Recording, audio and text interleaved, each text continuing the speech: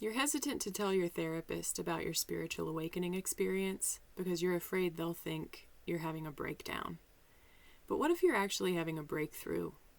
I'm Andrea Shipley, a licensed professional counselor who specializes in spiritual integration with my clients, and I'm going to explain in this video why your experience isn't necessarily mental illness. So you had an experience that changed everything. Your perspective, your perception, your paradigm about reality. Maybe during meditation, maybe you had a vision or some sort of dream, maybe a loss of a loved one, or completely out of nowhere, everything shifted. And now you're sitting in your corner office wondering, is this really all there is? You Googled, am I going crazy at 2 a.m.? And now you can't tell anyone because you think they might think that you've lost it.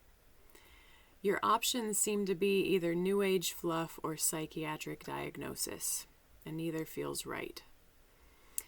Two psychiatrists, I'll just call them the Grofs, studied thousands of people having profound spiritual experiences.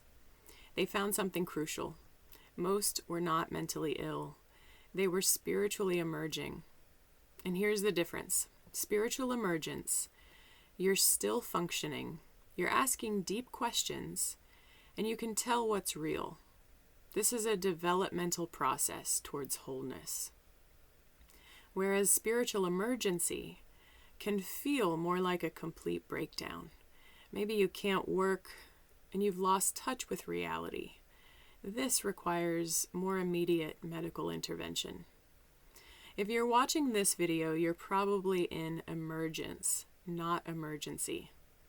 Emergence can be uncomfortable, disruptive, and even destabilizing, but it's not a breakdown.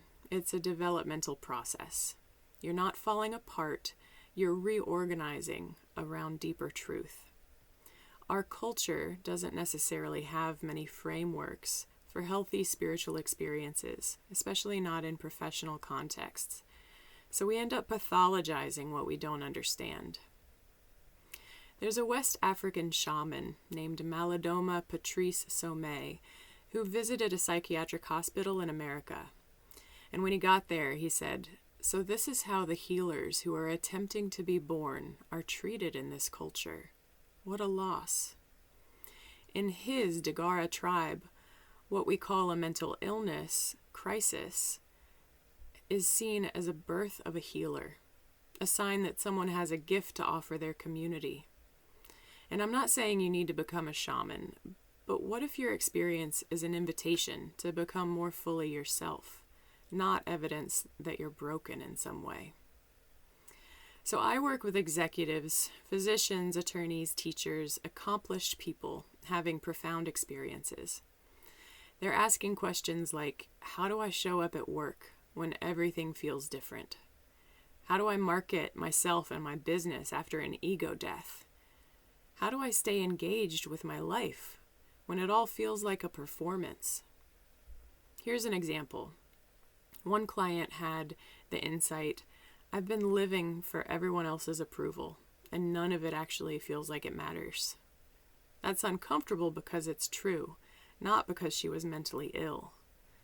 Another realized, I built a career I don't even care about to prove something to people whose opinions I don't even value. These insights are destabilizing, but they're not delusions. They're your system waking up to what's real. These are integration questions, not pathology questions. And you need sophisticated support, not a diagnosis. So here's what emergence can look like. You're still going to work, but everything feels different. You're in meetings thinking, why does this matter? When you used to care really deeply. You're functioning, you're paying the bills and showing up and handling responsibilities, but it feels like you're playing a role in a play that you didn't audition for, and the act is getting exhausting. You can tell what's real, you're not delusional. You're having insights that are uncomfortable because they're true, but they're different than the truth that you've known up to this point. If this sounds like you, you're probably in a spiritual emergence, a developmental process towards becoming more fully yourself. So here's what I see happening. People try to figure out their spiritual experience like it's a work problem, with analysis. So in the next video, why reading 47 books about spirituality made you more confused, we're going to talk about the simple shift that lets you access wisdom instead of spinning in analysis. Join me over there. I'll see you soon.